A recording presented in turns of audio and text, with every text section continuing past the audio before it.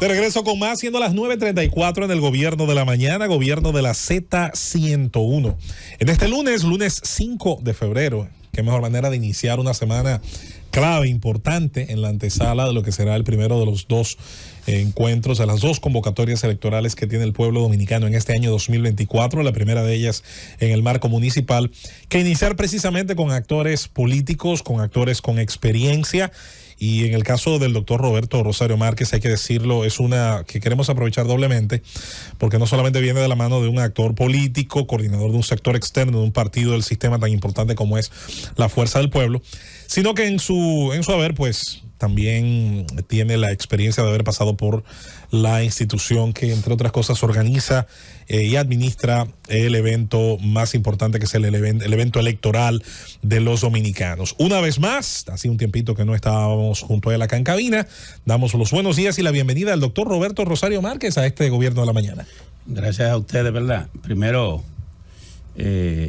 permitirme comunicarme a tan vasto seguidor que ustedes tienen, radio oyentes, y poder conversar con ellos siempre de la mano de ustedes sobre los temas políticos en sentido general y sobre todo sometido a esta... Claro, a este Sanedrín. Doctor, mire, da la impresión, y voy a arrancar dándole ese contexto de impresión que se alimenta a partir de unos hechos o de unas percepciones, de que la Fuerza del Pueblo no solo compite contra el partido de gobierno y contra sus candidatos, sino que dentro de la propia alianza a la que pertenece hay una especie de competencia interna. ¿Qué tan importante sería, de acuerdo a esa impresión, esa percepción que muchos tienen, el hecho de competir dentro, una especie de voto contra voto con los otros grupos y muy especialmente el Partido de la Liberación Dominicana que componen esa alianza al día de hoy? Buenos días y adelante. Buenos días. Mira, la Alianza Rescate RD fue diseñada precisamente sobre la base de buscar cuáles son los puntos afines y coordinar y organizar los puntos sobre los cuales tenemos intereses diferenciados. En este caso, estamos claros que tenemos una participación en más del 70% de las candidaturas municipales y de directores de distrito participando de manera conjunta, y tenemos ya logrado más del 50% de las candidaturas comunes a nivel congresual. En el caso de la candidatura presidencial, establecimos desde un inicio que en la candidatura presidencial ambos partidos llevarían sus candidaturas propias y que en este caso lo que hay es un compromiso de que si hubiese la eventual segunda vuelta, el partido que no clasifique apoyaría al que clasifique. Por tanto, es una competencia natural, si se quiere decir, entre esas dos organizaciones por ver quién va a encabezar la fuerza opositora. Pero quiero aprovechar que tú me haces la pregunta para hacer saber al país que en los próximos días, para no decir en las próximas horas, el país conocerá de una ampliación de la alianza Rescate RD. Atención. A mayores niveles. Sobre todo una participación más amplia, como ha señalado el ingeniero Miguel Vargas y otros de los miembros de ese partido que coordina la alianza Rescate RD, porque ya iniciamos la discusión sobre algunos territorios en materia congresual que no fueron tocados en las reuniones iniciales y hacia los cuales vamos ahora a expandirnos de manera tal que podamos, antes de las elecciones del próximo 18, ampliar el espectro de participación unitaria a nivel congresual. Pero eso ya eso lo estaremos informando, pienso que en los próximos días. Don Roberto, primero placer de saludarle, siempre, con mucho afecto. Gracias. Siempre le agradezco la deferencia personal que usted ha tenido conmigo, particularmente. Ustedes han estado denunciando como alianza política en sentido general, Rescate RD, el supuesto uso de recursos del Estado en la campaña electoral. E incluso se han quejado directamente ante la Junta y le han pedido intervenir. Comunicaciones muy parecidas, pero cada partido, tanto el PLD como la Fuerza del Pueblo, llevaron comunicaciones ante la Junta. La Junta ha dicho que toma nota y ha ordenado a su departamento correspondiente que atienda el reclamo de ustedes. ¿Cuál es el nivel de utilización de los recursos del Estado que ustedes están advirtiendo? ¿Y qué le parece esta declaración de la Junta de que va a atender? ¿Hasta dónde creen ustedes que debe de llegar esa intervención de la Junta? En mi humilde opinión, la respuesta que ha dado la Junta no es satisfactoria. No se corresponde con la legislación actual sobre el uso de los recursos públicos en materia electoral. Cuando yo fui presidente de la Junta Central Electoral, yo no tenía, y aquí la tengo, la ley del régimen electoral que en su artículo 196 de ese tiempo establecía una serie de disposiciones que tienden a reglamentar el uso de los recursos públicos del 195 en adelante hasta el 196, todo un capítulo sobre la propaganda en actos públicos estatales. Y estos mismos artículos que fueron reproducidos posteriormente en la actualización de la ley, ya en el artículo 210 de la ley del régimen electoral actual vigente. Van desde el 209 hasta el 210. ¿Por qué yo quiero hacer mención de esta legislación? Cuando yo fui presidente de la Junta, propicié que viniera una comisión de la Organización de Estados Americanos para que lograra un consenso entre los partidos políticos para modificar la ley y crear los mecanismos necesarios de control del uso de los recursos públicos. Eso fue entre el año 2013 y 2014. Faltando 2 meses o 3 meses para las elecciones del 2015, se emitió una ley que reformó la ley electoral de ese momento. Y esa ley incluyó estos artículos que no han sido nuevos, sino que han ido mutando en la medida que se ha ido modificando la ley del régimen electoral. Y ahí se establecieron una serie de disposiciones que prohíben que el Ejecutivo o las alcaldías hagan una serie de actividades que tienden a favorecerlo y a generar una falta de equidad en la competencia electoral. Por ejemplo, en días pasados el presidente de la República usó su plataforma electoral que hace toda la semana para criticar electoralmente a sus contrincantes en la semanal. Esa es una violación de la ley electoral, que está expresamente contemplada en uno de los párrafos del artículo 202 de la ley. Aquí, por ejemplo, hay programas sociales como el que acaba de implementar el Ministerio de Educación.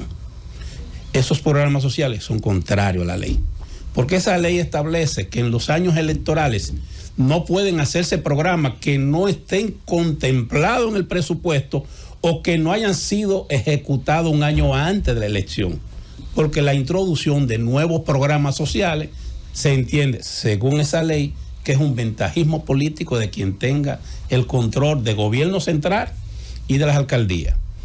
Hay alguna gente, como mis amigos de Participación Ciudadana, que se han hecho un poco los desentendidos y ahora quieren buscarle otra explicación. Gobierno central es gobierno central. En esa ley habla muy claro de que las alcaldías, el gobierno central, las instituciones autónomas y de la descentralizada tienen que sujetarse a la aplicación de la norma. Lamentablemente eso no ha ocurrido y me dirán, bueno, ¿y por qué tú no lo hiciste cuando fuiste presidente de la Junta? Yo lo hice. Yo en el 2008 le suspendí una nómina al gobierno del Partido de Liberación Dominicana. Los peleadistas querían lincharme. Yo no podía acercarme por sus locales. Dijeron que yo era un abusador que había suspendido una nómina del gobierno en pleno proceso electoral. Y nadie tuvo que poner una queja, ningún partido. Un programa de televisión presentó una demostración de que había una nómina paralela y nosotros como Junta Central Electoral procedimos a suspender la ejecución de esa nómina y en consecuencia esos pagos, porque se entendía que esos pagos tenían un interés electoral.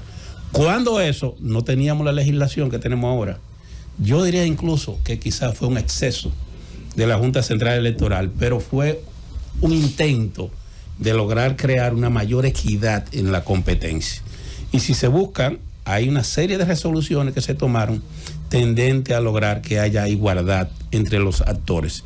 Lamentablemente, ahora nadie está interviniendo para garantizar esa equidad. Yo estuve viendo hoy en las redes sociales, por ejemplo, un camión de EGI y uno de EDESUR transportando de esa canastilla que le dan a las madres, transportando cosas como esa que no tienen nada que ver con su función social y que evidentemente indica que están siendo puestas al servicio de determinadas candidaturas municipales, en este caso, o por qué no de la candidatura general, porque una y otra tienen que favorecerse. Entonces, lamentablemente, el arbitraje electoral, llámese Junta Central o llámese Tribunal Superior Electoral, y la observación electoral, llámese Participación Ciudadana, la FINJUS, que está callada también, y otras entidades que tuvieron mucho protagonismo electoral, se han hecho los suecos o los sordos, pese a que hay una normativa que lo obliga.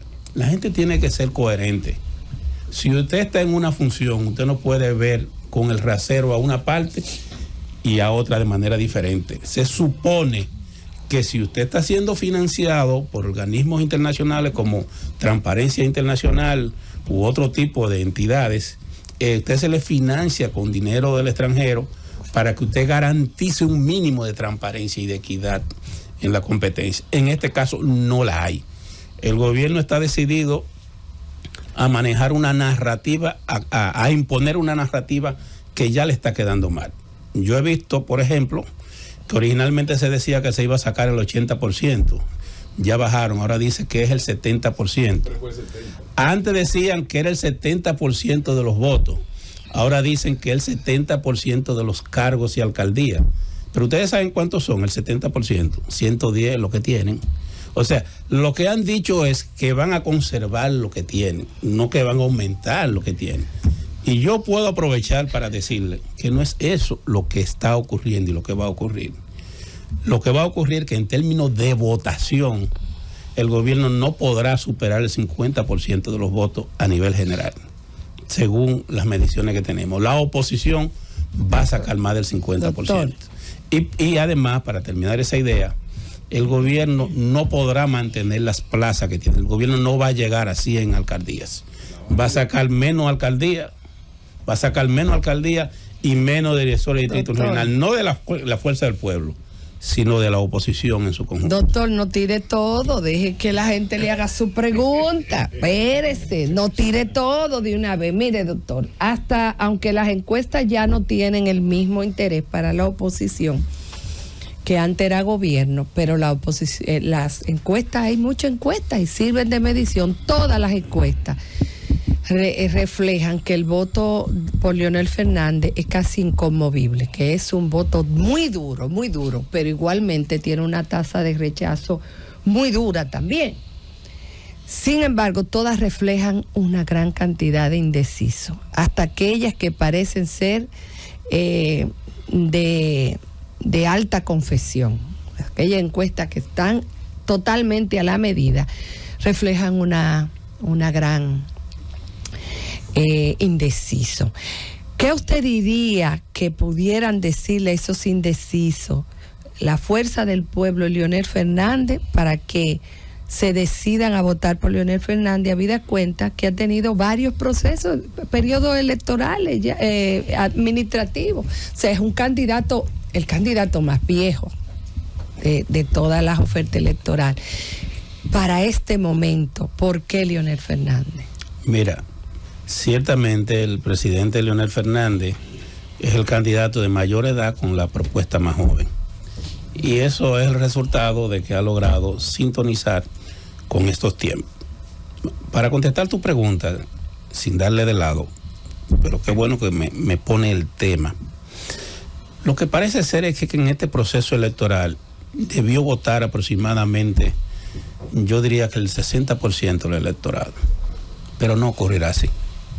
Lamentablemente no ocurrirá así porque con la manifestación que está haciendo el gobierno de su interés en imponer una narrativa de cara a las elecciones de mayo, es evidente que van a salir de nuevo los viejos trucos de que algunos votantes van a perder su cédula o le van a comprar su cédula. Con la agravante de que, por razones que no comprendo, la Junta Central Electoral no está emitiendo duplicado de cédula hasta el último día. Cuando yo era presidente de la Junta Central Electoral, hasta el penúltimo día de las elecciones se daba cédula gratis. ¿Usted está seguro de eso? ¿Y va a la venta? El duplicado. Bueno, pero garantiza el voto. Claro. Pero garantiza el voto, que al final es un derecho fundamental. Pero es una resolución de la Junta. Bueno, no la han estado anunciando. Yo pregunto, si a mí se me pierde la cédula, ¿no puedo ir a votar? No, lo que quiero decir es que hasta ahora no está previsto la emisión de duplicado. Y era un mecanismo que usábamos nosotros para desestimular la compra de votos, porque ¿qué era lo que hacían los ciudadanos? Que vendían una y se quedaban con otra, y engañaban a los partidos. Pero ahora no tendrán esa posibilidad, y el que más recursos tenga tendrá más posibilidad de forzar una abstención. Siendo así, en vez de un 60, creo que vamos a estar fácilmente rondando como mucho el 55%, si no el 52% del electorado, que es la cantidad que vota en las elecciones de término medio, en las elecciones municipales, como es el caso.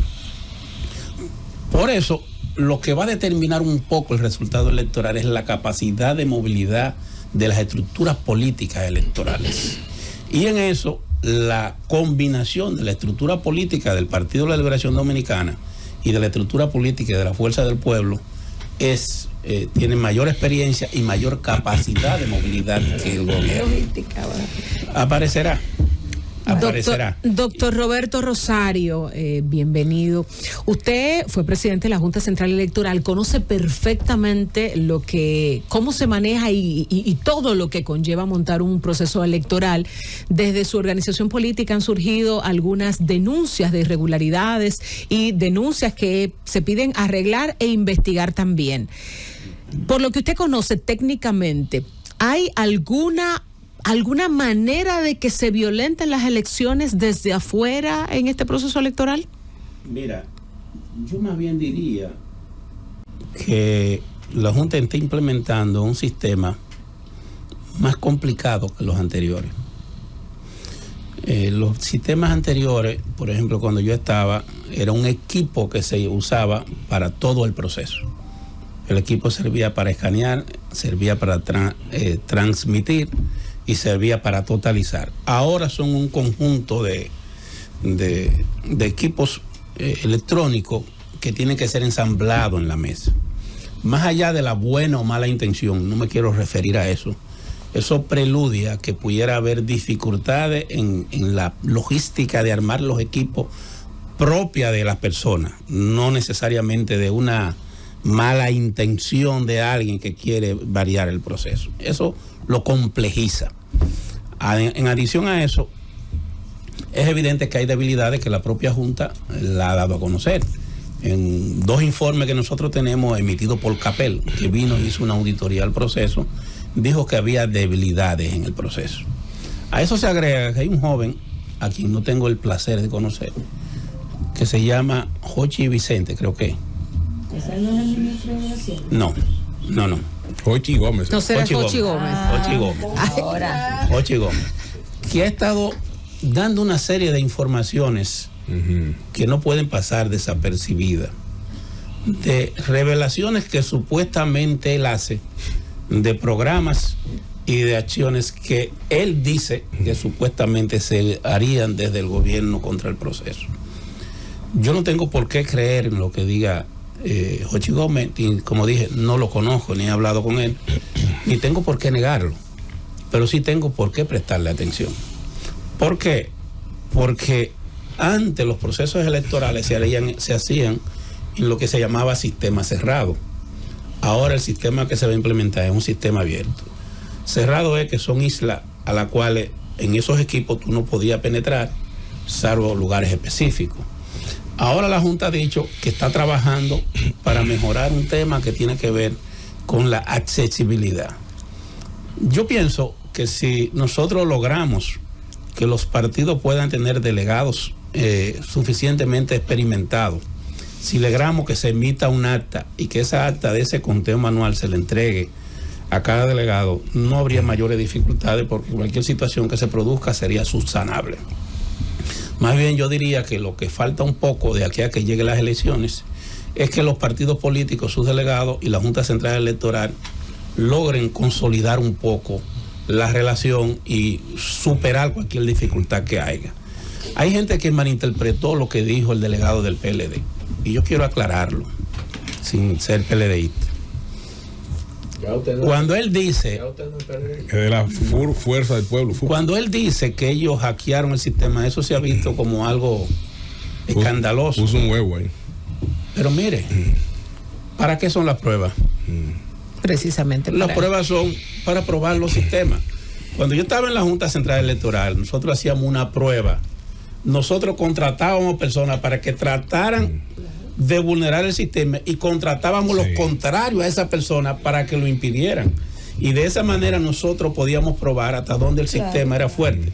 Debo decir que desde antes de yo llegar a la Junta, hay que admitirlo, no ha sido fácil penetrar a los sistemas de cómputo de la Junta Central Electoral.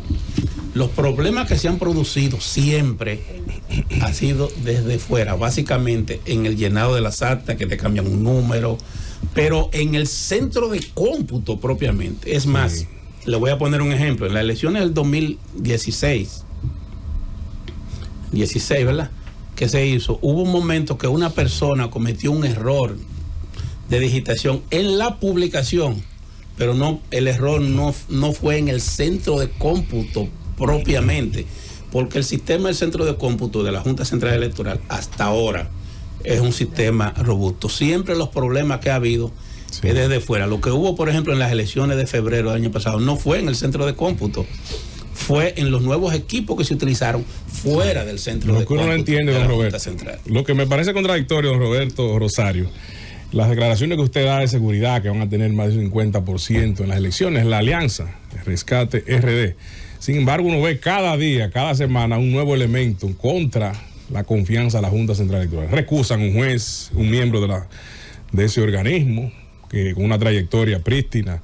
Hasta ahora, usted habla de que la Junta no está emitiendo duplicados de cédulas y eso fomenta la abstención. Usted dice que no va a haber una votación como esperaban de un 60%. Veo muchos elementos en contra del árbitro a 12 días de unas elecciones y se ve como acosada la Junta y desprestigiada por parte de la oposición. ¿Cómo entonces acudir a un certamen así podría ser un matadero electoral según los elementos que hay de la oposición y los cuestionamientos del proceso? Tengo la impresión que la comunicación entre usted y yo no está siendo entre usted y la población, porque todos los días funda la Junta. No, vamos a ver.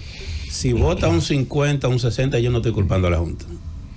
Yo estoy diciendo que no va a votar el 70% de las presidenciales y que lo que va a votar un 60%. Y no emiten cédula duplicada. Estoy diciendo, la única crítica que emití es que la Junta debe emitir duplicado hasta el día, las elecciones son cuando, el 18. El 18. Hasta el 16, porque era la costumbre, hasta las elecciones por lo menos, mientras yo estuve, y creo que la Junta anterior, porque eso desestimula la compra de cédula. Aquí hay elecciones, señores, que se van a decidir por 5 o 10 votos y que 5 o 10 gente no vayan a votar. Puede decidir un proceso electoral.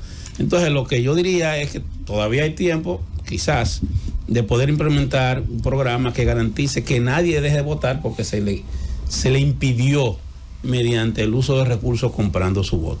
Yo creo que hay que fortalecer la Junta y que hay que tener de alguna manera confianza en la Junta, que debe acreditarse a sí misma. Las críticas a la Junta no son malas. La Junta lo que debe estar es para recibirla. Hay partidos, en este caso el de la Liberación Dominicana, que le hicieron una crítica a un magistrado porque este emitió una opinión personal, no institucional, en la que se estaba refiriendo a un recurso que ellos habían incoado. Él adelantó una opinión antes de que el Pleno y lo mandaron a sacar. Se pronunciara. Pero debo decir lo siguiente, el PLD tenía razón. Al final de cuentas lo que están cuestionando es el uso de los recursos del Estado. Al final de cuentas lo que están diciendo es que el gobierno no tiene control, está fuera de control y está tratando con recursos públicos de apropiarse del proceso electoral y garantizar una mayoría que el pueblo no le ha dado. Por esa razón es que él debió ser más prudente al momento de dar esa declaración. Y no es un juez nuevo, es un juez que a su vez tuvo en las elecciones ya desde hace mucho tiempo.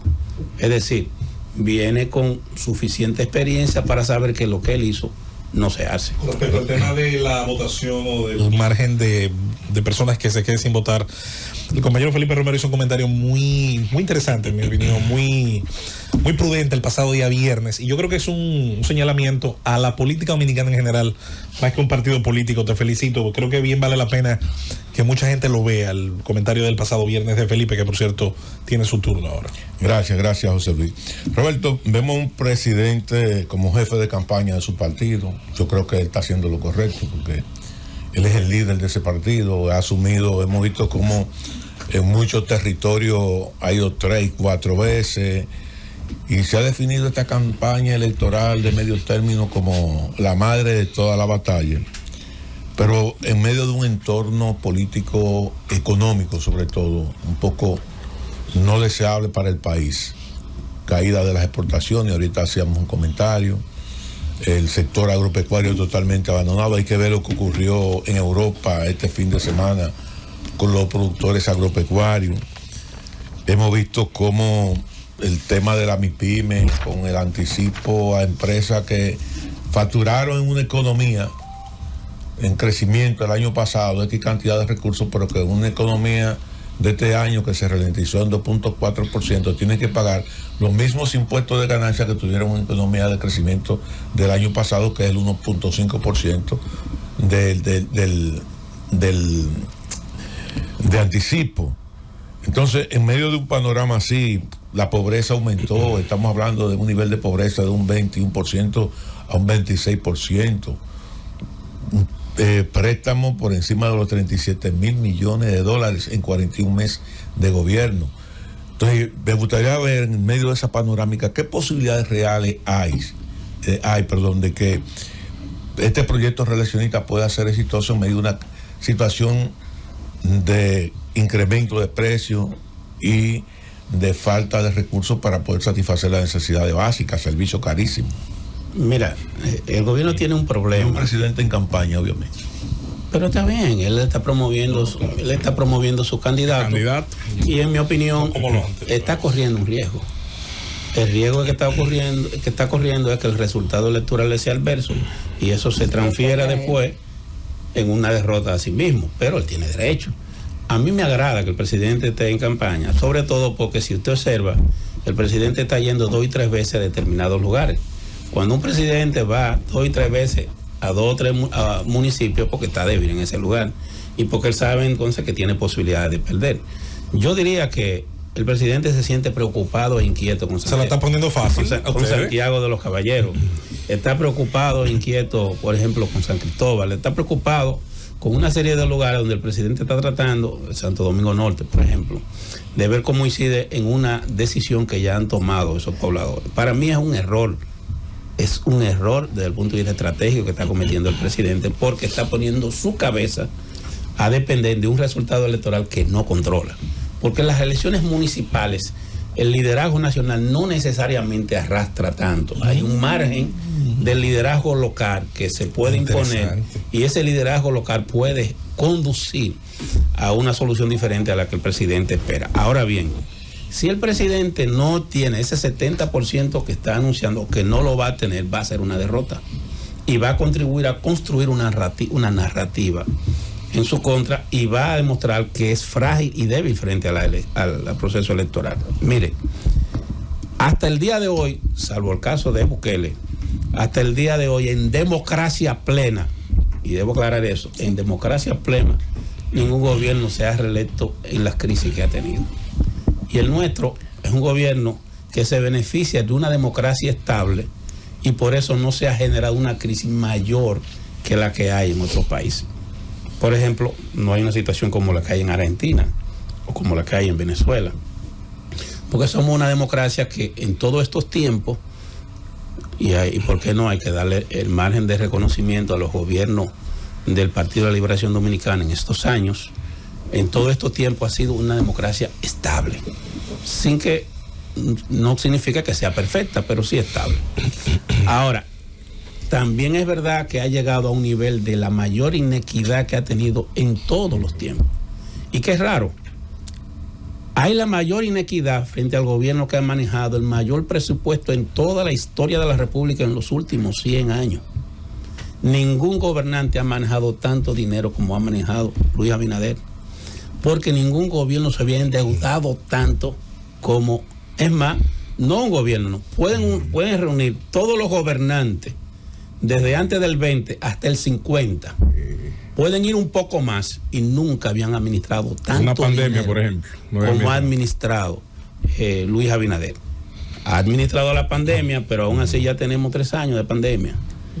Tenemos 3 años y la pandemia lo que sirvió fue para acumular muchos recursos que ahora se están utilizando. Por ejemplo, ¿cómo tú me puedes explicar a mí que este gobierno, a gente que está sentado en su casa, le esté mandando 1.000 y 1.500 pesos sin hacer nada, sin ser parte del mapa de pobreza que está diseñado en la República Dominicana? Eso tiene un solo nombre: ese tratar de comprar la voluntad electoral de la gente. Ese uso de los recursos públicos es una violación del artículo 210 de la ley electoral. Para ponerle un ejemplo, ¿qué quiere decir eso? Que está desesperado. Si el gobierno tuviera el 80 o el 70% que dice, debiera cuidar las formas. Cuando un presidente no le importa violar la ley, va y hace inauguraciones que están prohibidas, va y usan los recursos públicos de manera descarada, te está diciendo que no está seguro de su resultado electoral, porque hay un problema ahora mismo entre la narrativa de ese gobierno y la base de sustentación que no le responde. Nada más tiene que ver las manifestaciones que están haciendo la oposición y las manifestaciones que está haciendo el gobierno. Hay un descontento real y hay una incomodidad de los sectores propios con que ganó el Partido Revolucionario Moderno. Y quiero recordarle a ustedes que el PRM ganó en unas elecciones donde lo que votó fue un 53% de la población. Es decir, hay un 20% de la población que no fue a votar en las elecciones del 20%. Por tanto, el que ganara era legítimo. Ganó bien. Todo peledeísta fue. Ganó bien, pero su 50 está atado a esa realidad. Los gobiernos que le antecedieron, cuando el PLD estaba unificado, que pasaban del 50, era con una votación de un 70. Entonces, vamos a ver cuál va a ser el comportamiento de esa gran masa que no fue enamorada por el partido opositor para ir a votar en ese momento. Ahora no tenemos un febrero que motivó a las masas a creer que se estaba haciendo un fraude para impedir que la oposición llegara al poder. Eso no existe. Ahora no tenemos un sector de clase media enamorada de un ideal. Ahora han desaparecido una serie de situaciones que acomodaron el triunfo del presidente Abinader. Ahora tenemos una oposición unificada que de alguna manera está convencida de que se hace necesario llevar a la República Dominicana de nuevo al sendero del desarrollo y el progreso. Doctor, usted hablaba ahorita que el centro de cómputo de la Junta Central Electoral es un centro robusto, fuerte. Históricamente ha sido así. Y que la mayoría de las situaciones que se han dado se dan fuera. Por ejemplo, cuando se está contando los votos, levantando las actas. La Junta Central Electoral ha informado que los delegados podrán grabar ese proceso de escrutinio y de conteo. ¿Qué valoración usted le da a eso? ¿Cree usted que con esa decisión se pudiera dotar de más transparencia e incluso de seguridad a los candidatos que van a terciar? ¿O no es suficiente? ¿O se necesita algo más? Yo creo que es bueno, porque la ley electoral nuestra siempre ha dicho que el conteo es público. Siempre, desde los últimos 50 años, la ley dice que el conteo, el escrutinio es público. Al ser público, todo el mundo debe ser con puertas abiertas. Que todo el mundo vaya, grabe y vea, porque la ley dice que el escrutinio es público. Esa parte de la ley no se ha modificado nunca. Por tanto, el que la gente pueda grabar y algo, pienso yo, en la parte del conteo, no en la votación, sí ayuda a la transparencia del proceso. Y qué bueno, que así creo que eso se planteó también en el 20, si no me equivoco, que se permitió que se grabara. Se permitió en el 20 también. Porque eso ayuda a fortalecer la confianza de la gente, que es necesaria de cara a este proceso. Yo siempre he creído que la Junta ha tenido uno de los sistemas internos más fuertes. Eso no significa que desde fuera en determinado momento no haya habido un nivel de vulnerabilidad. Lo que yo espero es que la Junta Central Electoral tome las medidas para garantizar que esa robustez del centro de cómputo de la Junta Central Electoral de alguna manera se mantenga. Ahí está. Vamos a la pausa con el permiso de nuestro invitado, el doctor Roberto Rosario Márquez, el coordinador del sector externo del Partido de la Fuerza del Pueblo y un hombre con un gran conocimiento, dado su paso por la Junta Central Electoral, así como también su experiencia política. En el gobierno de la mañana, con un invitado de lujo, arrancamos esta semana. Vamos al corte y venimos con otra ronda de preguntas y respuestas. Llévatelo, Cundo. Vámonos de inmediato con nuestra segunda ronda de preguntas a nuestro invitado el día de hoy, el doctor Roberto Rosario Márquez, coordinador del sector externo de la Fuerza del Pueblo. Elecciones municipales, usted mencionó en la ronda anterior de las diferencias de los liderazgos locales, liderazgos municipales, y de que no necesariamente se da una transferencia desde lo presidencial hacia lo municipal. Bueno, el año pasado, en los comicios pasados, doctor Márquez, se dieron resultados. En Verbigracia, el caso de Santo Domingo Este, cuando Manuel Jiménez en ese momento le ganó precisamente a Luis Alberto, u otros ejemplos que en su momento se asignaron y se hablaron. Bueno, eso ocurrió así por la ola. La ola se llevó, incluso yo lo creo, incluso a buenos alcaldes que pertenecían en ese momento al oficialismo. Ocurrió en mi pueblo, perfectamente es un ejemplo que puedo citar. Entonces, sí o no, arrastra o no, influye o no, usted está más cerca de los que dicen que nada tendrá que ver la fotografía de las elecciones municipales con las de mayo, o en efecto hay un cordón umbilical entre ambas. No. Cuando hay factores extraordinarios, es evidente que inciden en el proceso. Y en el caso de las elecciones del 20, no hay duda que febrero incidió en las elecciones de marzo, creo que fue en marzo, ¿verdad? Y en las elecciones de mayo, definitivamente. Que fueron en julio finalmente. Que cambió el panorama electoral. Y no es la primera vez. Yo te voy a poner el ejemplo. En el año, no sé si fue en el 90 o el 94, el papá del presidente no creía que iba a ganar y amaneció siendo senador. No, eso fue en el 98. En el 98. Las primeras municipales que se dan luego de la modificación de luego sí, él se acostó creyendo que no ganaba. Se fue a dormir. Pero además de eso, muchos, en esa situación. Moronta también. Porque hubo un fenómeno que incidió en ese proceso, que cambió la forma de pensar de la gente. Hay situaciones extraordinarias en España, por ejemplo, cuando Aznar iba y se produjo un atentado. Al metro. El vicepresidente. Aunque hay que decir que Aznar no era candidato. Era el jefe de gobierno. Pero el partido perdió. Mariano Rajoy. El partido perdió, que se veía como ganador indiscutible. Es decir, a veces ocurren. Por el manejo incluso que hizo Aznar de los atentados. Sí, que se lo atribuyó a quien no fue. Sí. A veces ocurren situaciones que inciden. En este caso, no ha ocurrido un hecho extraordinario en este cuatrenio, por lo menos en este año, que pueda variar lo que es la perspectiva.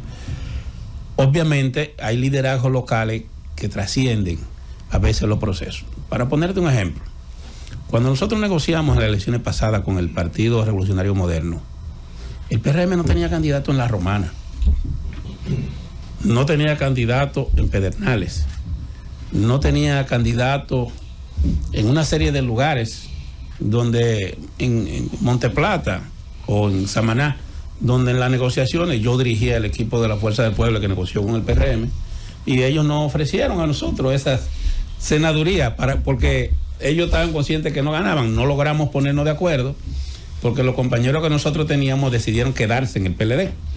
En ese caso Diony, en ese caso la de La Romana, Amarilis, o el caso de Vargas en Moca, en España, Félix, San José. Hay una serie de gente que decidió mejor quedar su candidatura.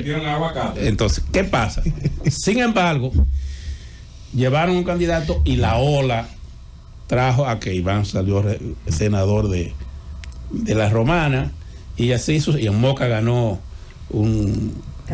Carlos Gómez, para ponerle algunos ejemplos. Entonces, a veces hay acontecimientos extraordinarios que varían el curso de la historia o que producen un hecho trascendente que cambia la forma de pensar y de votar de la gente. Entonces, en ese sentido, no creo que haya ocurrido. Lo que vemos hoy es un gobierno con una narrativa, con un control de alguna manera de la narrativa sobre el resultado que ellos esperan en términos electorales, y una base social que es cada día más pobre, con menos esperanza de vida, con menos posibilidades de subsistencia, que o se decide a votar por el gobierno en una actitud masoquista, o entiende que debe dar un paso hacia lograr un equipo de gobierno que le dé una mejoría, por lo menos en su subsistencia. Mira, el actual equipo de gobierno siempre responde a una misma lógica, a la misma lógica del gobierno de Guzmán, a la misma lógica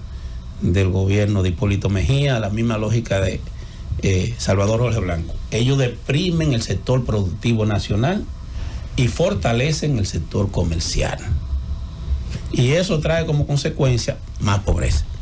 Porque al disminuir los sectores productivos nacionales, eso afecta la cantidad de empleo, afecta la posibilidad de producción de alimentos, hay que gastar, hay que conseguir más divisas para traer más productos desde fuera. Es decir, es un concepto económico que prima y es el mismo que no está gobernando.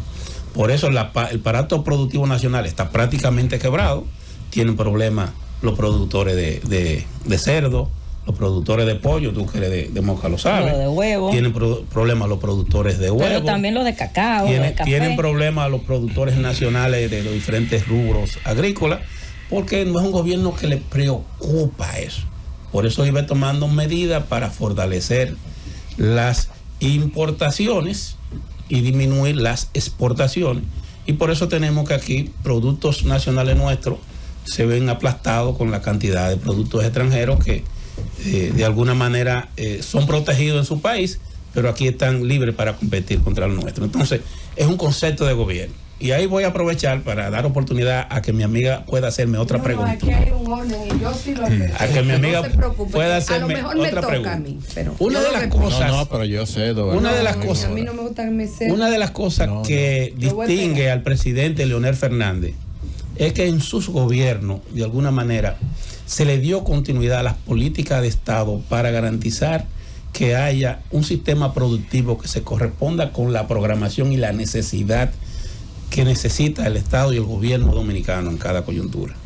Y por esa razón, nosotros entendemos que tenemos esa oportunidad de beneficiarnos de la experiencia acumulada del presidente Leonel Fernández para restaurar los niveles de lucha que había, por ejemplo, por disminuir la pobreza, los niveles de lucha que había por incrementar la producción nacional, los niveles que había de lucha por el fortalecimiento institucional de la República.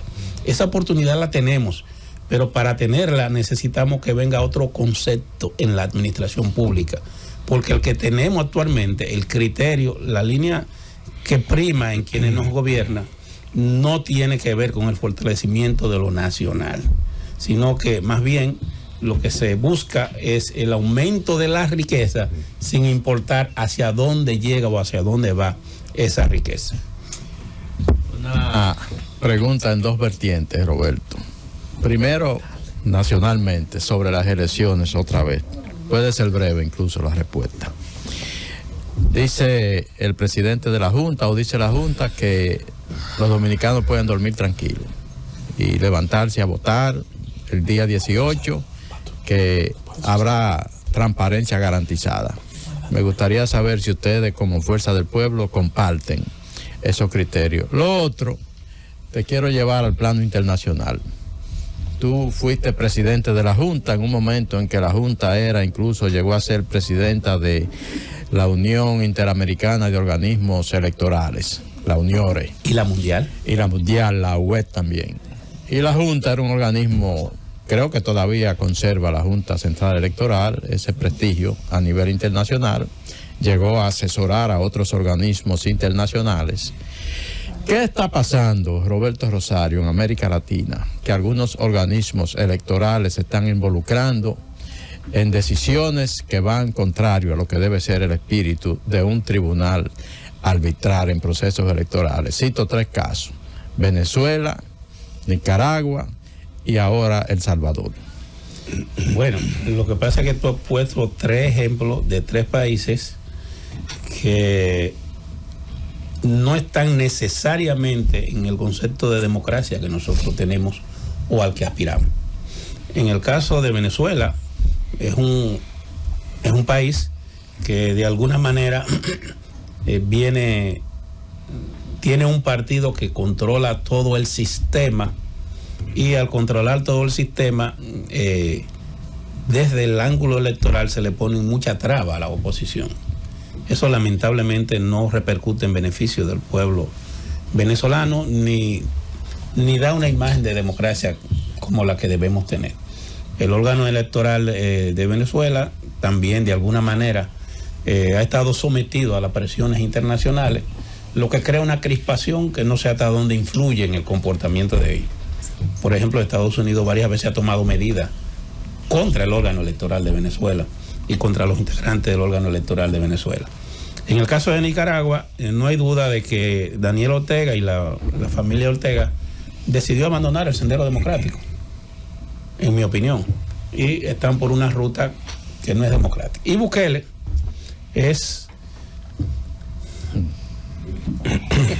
nuestro autoritario adorado. ¿Cómo lo definiría? Es nuestro autoritario adorado, pero al final eso no va a conducir a buen camino. Y Bukele logró tomar medidas de fuerza que le permitió resolver el problema de la seguridad. El principal problema de los salvadoreños eran las maras y la inseguridad. Eso le permitió catapultarse, le permitió llegar a los estratos más bajos, y es un ídolo, sin duda, en El Salvador. Tú vas a El Salvador y hablas en contra de Bukele y puede correr peligro. Es como cuando tú ibas a Cuba y hablabas mal de Fidel. No puede hablar mal de Fidel porque Fidel era Fidel, ¿verdad? O cuando va a otros lugares donde no hay la apertura y la democracia que debe haber. Al final eso no termina bien. Al final eso no termina bien. Y yo diría que esos no son los mejores ejemplos para evaluar un órgano electoral. Los órganos electorales para mí deben actuar con independencia. En el caso dominicano, yo creo que tenemos un sistema electoral que con sus debilidades que la tiene, en lo fundamental está pegado al régimen democrático. Y de alguna manera, pese a errores que pudieran cometer, son humanos y pueden cometer errores, no se atreverían a tomar una decisión que vaya en el sentido contrario de lo que indica el mandato que han recibido. Roberto, de verdad que yo me siento sumamente desilusionada con esta campaña. El presidente Fernández era el único, bueno, tanto así que lo memetizaban, que hablaba, eso es muy bonito, pero hacía propuestas. En esta campaña electoral nos hemos quedado en hablar un poquito de economía. Los voceros que vienen de los tanto de oposición de gobierno se tratan de hablar de historia, pitonizos electorales, pronósticos electorales y ataque al adversario político. Pero cero propuesta, cero hablar de los problemas fundamentales del país. Aquí hay una descomposición social que arrastra todos los problemas nacionales, todos, pero nadie le quiere meter el diente a eso. Ni siquiera ustedes, de la Fuerza del Pueblo, que habían mantenido como ese espíritu ortodoxo y eso. Vemos el presidente yendo a programas y juntándose con toda clase de gente. Con toda clase de gente, mientras más rastrero, mejor. ¿Qué ha pasado, Roberto? ¿Qué ha pasado? Que no tenemos propuesta y que el lenguaje y la altura del discurso se ha quedado. Yo veo al presidente hablando de los huevos, del arroz, pero hasta el presidente Fernández. Entonces, ¿qué pasa? La Fuerza del Pueblo ahora mismo está elaborando su programa de gobierno para presentarlo de cara a las elecciones nacionales. Ahora estamos en unas elecciones locales donde de alguna manera pesan mucho los programas locales. Si tú te das cuenta, por ejemplo, nosotros que llevamos a Domingo Contreras como candidato a alcalde del Distrito Nacional. Y a Romero también. Sí, a Domingo Contreras, en el caso del Distrito Nacional, ha estado haciendo programas muy específicos y muy concretos sobre cómo enfrentar la problemática del Distrito Nacional. Hoy va a hablar del Se ha referido, por ejemplo, al tema de los inbornales, que mucha gente lo oye hablar de eso y no sabe a lo que se está refiriendo, pero está tratando un tema que nos ha afectado en los últimos tiempos. Si ustedes ven, por ejemplo, en el año 2000, en el 22 y en el 23, como consecuencia de la deficiencia en la limpieza de los inbornales, en noviembre tuvimos situaciones graves que condujeron a que varios ciudadanos incluso murieran en medio de esa catástrofe natural, no solamente por la tormenta y las consecuencias, sino por el abandono y la falta de mantenimiento a cada uno de esos niveles de circulación nacional, pero sobre todo cuando hay una empresa que estaba contratada para eso y que, según Domingo Contreras, no hizo el trabajo que debió hacer. Si tú lo ves, por ejemplo, Domingo está haciendo propuestas específicas sobre qué él va a hacer, cuál es su programa. Ciertamente nosotros, como Fuerza del Pueblo en Santo Domingo Este, que estamos llamando a Julio Romero, que fue el que ganó una encuesta interna de la Fuerza del Pueblo, y ha hecho una serie de propuestas sobre cómo vincular, por ejemplo, el Faro Colón con un programa de desarrollo turístico. Y desde la fútbol ya tiene otros conocimientos mejores. Tiene importancia de cara al desarrollo de esa región. O si te vas a San Francisco de Macorís, nosotros llevamos, por ejemplo, a Chabebe, Carolín Chabebe, que hoy parece ser proyectada una mujer que va a ser la próxima alcaldesa de San Francisco de Macorís, con un programa bien enfocado en la solución de los problemas de San Francisco. Yo diría que dentro de unos 15 días o más o menos, nosotros ya debemos, pasadas las elecciones municipales, debemos presentar nuestro programa de gobierno en sentido general, que ya ahí serán las elecciones de diputados, senadores y presidenciales, porque ahora estamos muy enfocados en el tema local y en el tema municipal. Don Roberto, qué bueno tenerle en este gobierno de la mañana, un hombre de su impronta y su experiencia siempre aporta al debate. Y se destaca también, y recuerdo también, su paso por la Junta Central Electoral, que al margen de la parte política ha generado improntas que se pueden ver en los pueblos, sobre todo con el tema del registro civil. Esos edificios que en su gestión se levantaron, uno puede verlo cuando va el paso de esta campaña nacional.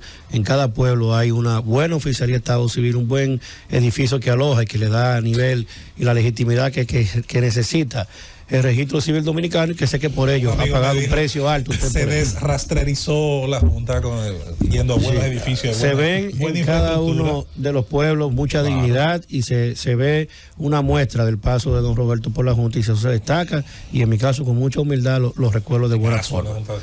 Mire, a partir de estas elecciones municipales y de una alianza que uno quizá con ignorancia pudiera decir parcial, porque uno ve que en algunos lugares hay candidatos particulares de los partidos de la alianza.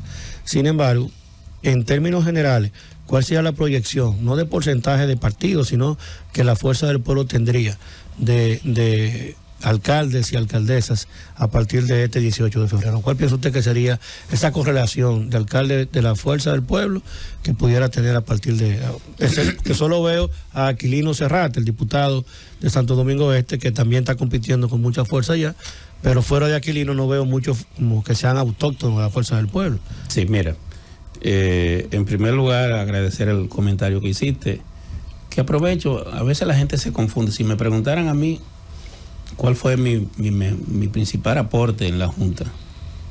Fue que transformé una institución antigua a una institución moderna, y que cuando llegué, luego de un estudio que se hizo que determinó que el 98% de las actividades de la Junta eran manuales, yo dejé el 100% automatizado. Si tú me dijeras a mí, yo te diría que ese es el cambio que más impactó en la gente, porque impactó en términos económicos.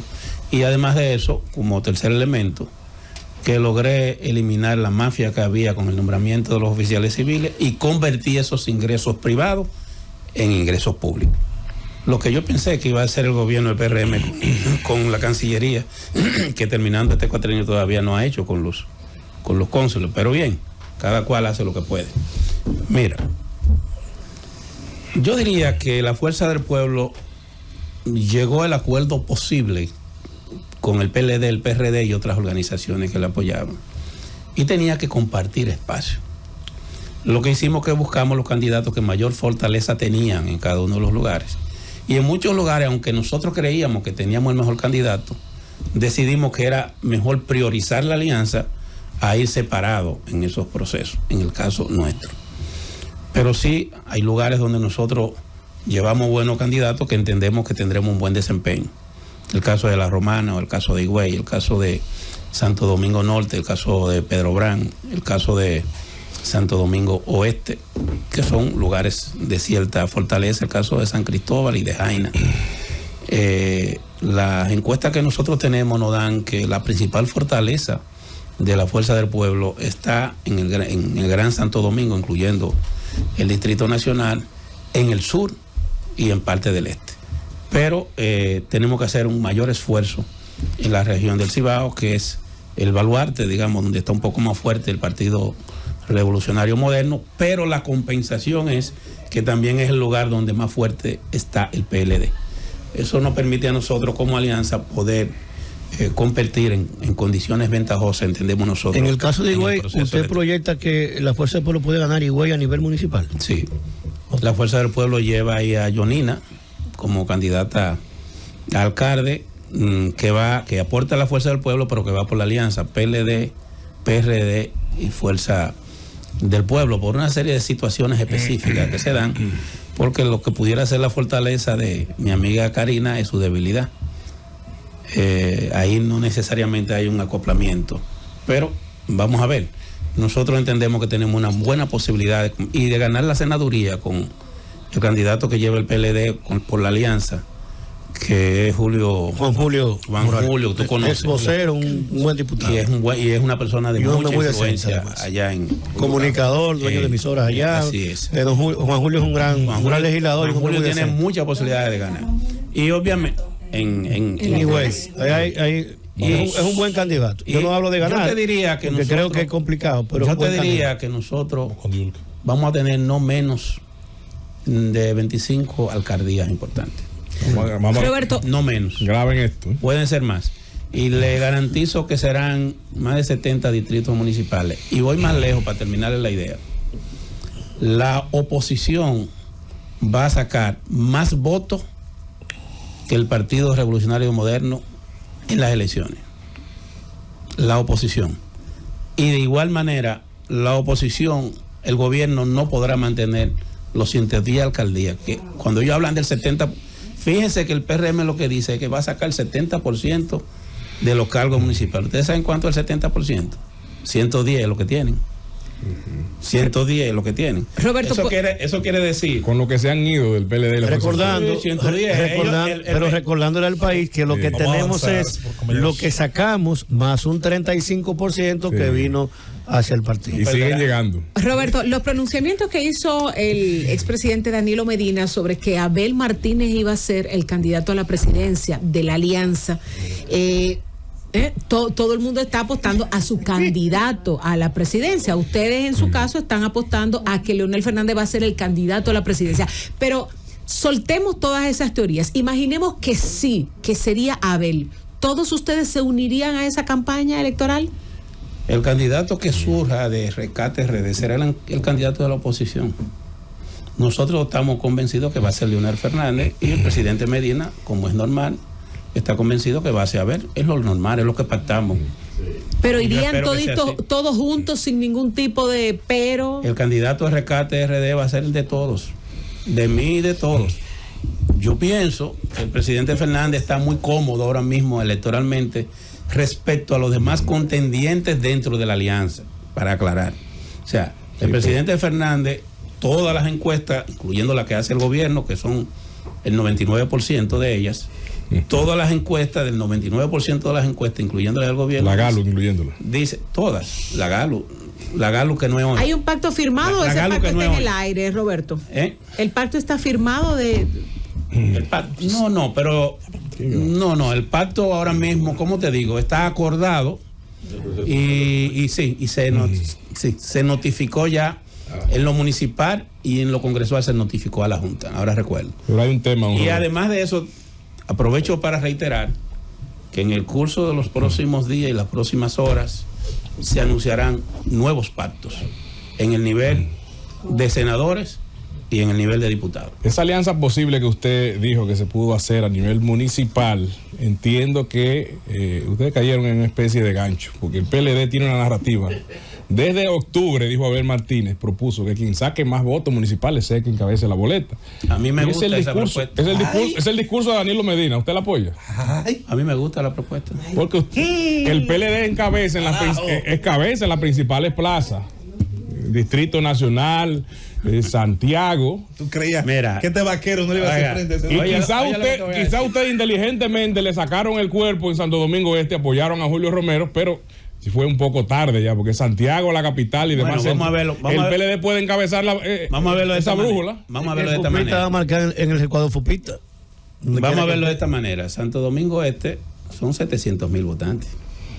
Es una plaza que hay que cuidar cómo manejar eso de cara a esa narrativa que del te PLD, exacto.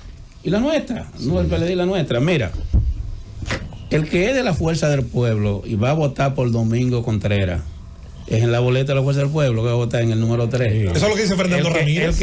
El que va a votar por Víctor Fadura en Santiago es en la boleta 3 de la Fuerza del Pueblo. El que va a votar en San Cristóbal por la candidata. Así, entonces, ¿qué te quiero decir con eso? Nosotros somos aliados, pero competidores sanos. Entonces, Danilo Medina, con toda la razón, está tratando de impulsar a su candidato. Y Leonel Fernández está tratando de impulsar a los candidatos municipales nuestros y su propia candidatura. Si las cosas se dan como está pintado en el día de hoy, un partido que ahora mismo está cerca del partido que encabeza, el partido que encabeza es el PRM, no hay duda, pero no está encabezando tan lejos. No está encabezando tan lejos. Se supone que eso se tiene que traducir en una votación electoral favorable a Leonel Fernández en mayo. En febrero nosotros no tenemos preocupación con eso. Y déjame decirte algo. Si al final lo que permite que gane la oposición es que gane Abel, pues perfecto. Ganamos con él. Está, Felipe. Adelante, Felipe. Antes de hacer la pregunta, lo que pasa es que ya la oposición en Rescate RD tiene una determinación. Como quiera se van. Mira, sí, con cualquiera de los dos, no importa. Hay un elemento, Roberto. O de los tres, y Miguel. Sí, con Miguel. No discrimine, Miguel. Un abrazo, Miguel. Mira, déjeme decirle, el PRD ha aportado buenos candidatos. Por ejemplo, el PRD no lo había mencionado. Aportó, por ejemplo, un buen candidato a alcalde en San José de Ocoa. Tiene buen candidato a alcalde en San Francisco de Macorís. Carilín. Y te podría señalar una buena cantidad. En Peravia yo estoy convencido de que va a ganar 3 distritos municipales. El PRD va a ganar 3 distritos. Va a ganar Carrete, va a ganar Villa Fundación y va a ganar la Suárez. Eso está ahí. Y tiene también unos buenos candidatos a senadores. Por ejemplo, el candidato a senador de Mayor Ley va a ganar. Y el de la Romana, muy bueno. Que Miguel estuvo por allá este fin de semana. No, en la Romana va a ganar la Fuerza del Pueblo. Roberto, quiero volver al tema del registro civil, pero con todo este tema que tenemos, con esta inmigración desbordante, se habla de datos biométricos en la frontera, hemos visto cómo, no voy a decir horda, porque la palabra horda se ve como muy despectivo, como una estampida de inmigrantes haitianos. No es mejor. Cruzan la frontera por donde quiera, como quiera, y una crisis en Haití que de verdad que no se ve un viso de solución. ¿Cómo focalizar ese tema, sobre todo esta corriente migratoria que es indetenible? Y sé que tuviste problemas con los norteamericanos, te cancelaron una visa por aplicar una sentencia. O sea, uno de los pocos países donde se sanciona a un funcionario por aplicar una ley que le corresponde. Te acusaron de apatrida, te acusaron de una serie de cosas. Pero al margen de todo ese tipo de cosas, me gustaría conocer cómo vamos a manejar nosotros este problema que no le vemos solución, ni una luz, ni siquiera al final del túnel. Miren, en la política migratoria, el gobierno dominicano no ha tenido mucha suerte. Porque si vemos, por ejemplo, en el manejo del tema del canal, al final los haitianos hicieron lo que quisieron. Y no llevándose de los consejos que se le dijo de que al final de cuentas había otro mecanismo para resolver ese problema, el gobierno continuó en su práctica. Ahora, el gobierno norteamericano suelta una persona que tenía preso, creo que era por droga, en Estados Unidos. Guy Philippe, y Guy Philippe ahora es el líder. Va a ser presidente de la oposición y parece ser que va a ser el presidente de Haití. Parece que va a derrocar, para usar un término más adecuado. Llamó a la rebelión. Parece que va a y parece que tiene gran apoyo. Sí. Parece que va a derrotar al actual primer ministro, creo que tiene Haití. Yo quiero recordar, a propósito de tu pregunta, que gracias a Dios nosotros tenemos gente sensible con el tema nacional en los medios de comunicación. En este caso quiero destacar a la Z, y también en los partidos políticos.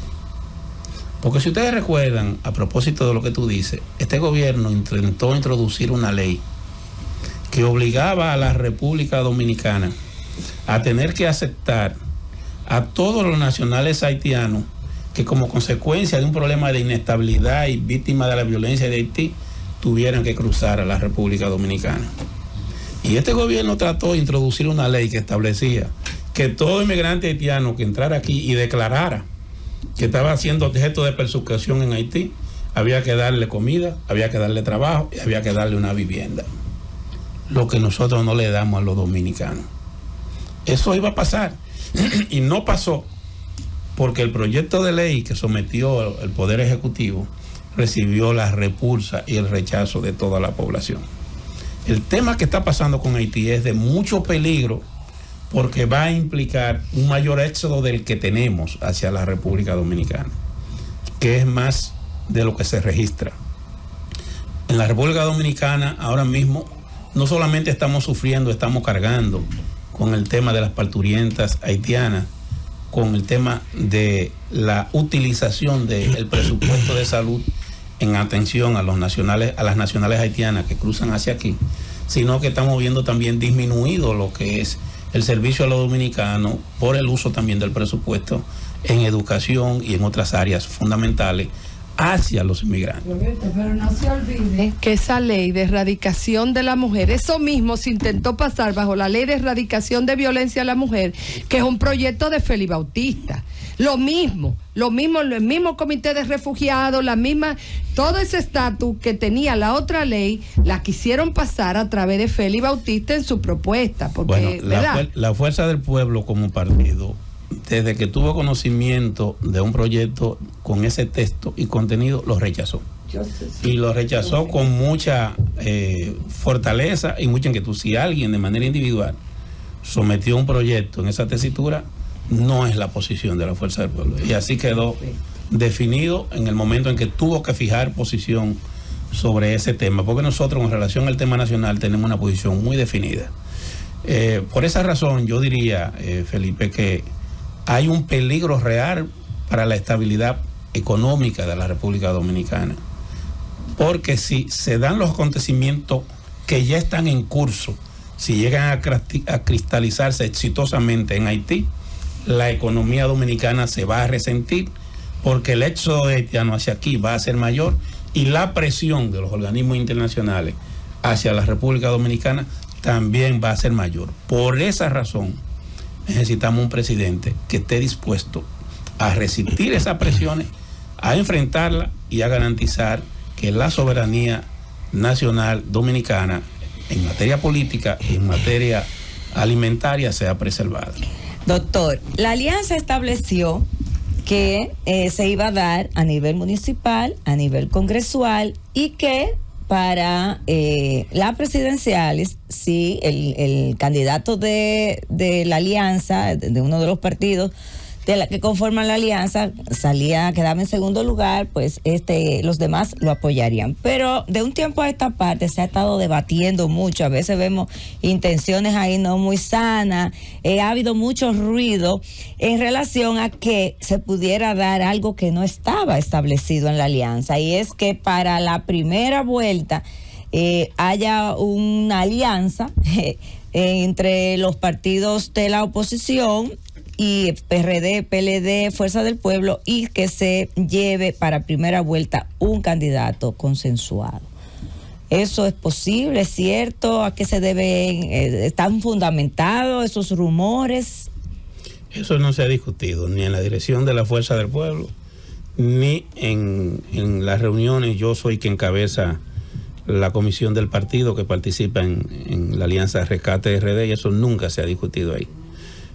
Hasta ahora lo que hemos discutido, lo que la gente conoce, es un acuerdo municipal y congresual y un acuerdo electoral de una eventual segunda vuelta. Que quede en segundo, en tercero apoyaría al que quede en segundo o que quede en primero, es decir, el que vaya a una segunda vuelta. Por tanto, cualquier información que yo dé sería especulativa o la expresión de mi interés particular, no lo institucional en el partido. Roberto, una entrevista interesante con las respuestas a cada una de las preguntas de los compañeros. La política tiene un nuevo compañero, que es la hemeroteca digital virtual. Hay que decir que para bien o para mal, ahora va, el político sabe que lo que dice está ahí, que lo que ha dicho, lo que ha asegurado, pues puede ser de alguna manera rápidamente citado. O sea que yo creo que es una presión positiva para la coherencia, ¿no? Para el ejercicio coherente que hace sobre sus posiciones Roberto Rosario Márquez, que eso se lo destacamos, y esperamos que en una próxima vez, porque vendrán los comicios municipales, tendrán sus resultados y sus análisis, pero luego entonces habrá el enfoque completamente sobre los comicios legislativos y presidenciales, doctor Roberto Rosario Márquez, de manera que le conmino públicamente a una nueva oportunidad con nosotros aquí en el Gobierno de la Mañana. Quiero agradecer el trato que he recibido de ustedes, como siempre, muy ameno, una conversación franca. Usted se lo merece. Y por demás, muy respetuosa de parte de ustedes, que agradezco. El menú será más amplio la próxima vez cuando venga. Eso también lo agradeceré. Eso será más amplio. Quiero despedir el programa del día de hoy con esta interesantísima entrevista con un invitado que todos respetamos muchísimo y valoramos su sapiencia y su experiencia en lo político. Solamente para aclarar la información, o por lo menos compartir la que ha sido llevada por medios responsables. Un vehículo marca Chevrolet, camioneta modelo Colorado, gris, se estrelló contra las puertas del Palacio Nacional y según las informaciones que han surgido, los videos que se tienen, pues fue evidentemente adrede. La persona señalada como John Raymond Durán Villar, y que estaba al momento de hacerse este levantamiento en el hospital de las Fuerzas Armadas, se le habría escuchado decir, según algunos testigos, de que pues tenía instrucciones divinas. ¿Qué le parece? Eso fue un atentado contra las instalaciones del Palacio Nacional. Y quiero señalar algo. No, espérate. Quiero señalar algo, Rosario. Espérate. Quiero señalar algo de la seriedad. Julieta, no, es que eso es serio, es serio. No, eso es muy serio. Espérate. En este país se le faltó el respeto Claro. al símbolo material más importante de la República Dominicana, que es el Palacio Nacional. Cuando un general retirado voló, claro, y anda por ahí hablando un paquete de porquería. No, pero Julieta se ríe de lo que yo digo, que es un atentado. Es oficial, ella Julieta. se ríe, óigame, derribó las dos puertas del Palacio Nacional, las que están por el lado de la Avenida México, y hay 2 oficiales heridos del ejército. Entonces, eso no es un tema cualquiera. No. Es deliberadamente. Es un atentado, insisto, a uno de los símbolos. Derribó la primera, continuó a toda marcha, derribó la segunda y se detuvo cuando chocó con y los portones del Palacio, dicho sea de paso, no son puertas. Suerte de él que esté vivo. En Estados Unidos no son puertitas ligeras. No. La fotografía parecen combadas, dobladas. Vamos a ver qué ocurre, pero definitivamente esto tiene que llamarnos la atención, sea lo que sea que más adelante arrojen las investigaciones sobre esta persona y sobre cuáles eran sus intenciones. Espérate, las palabras son: cometió la acción impulsado por instrucción divina.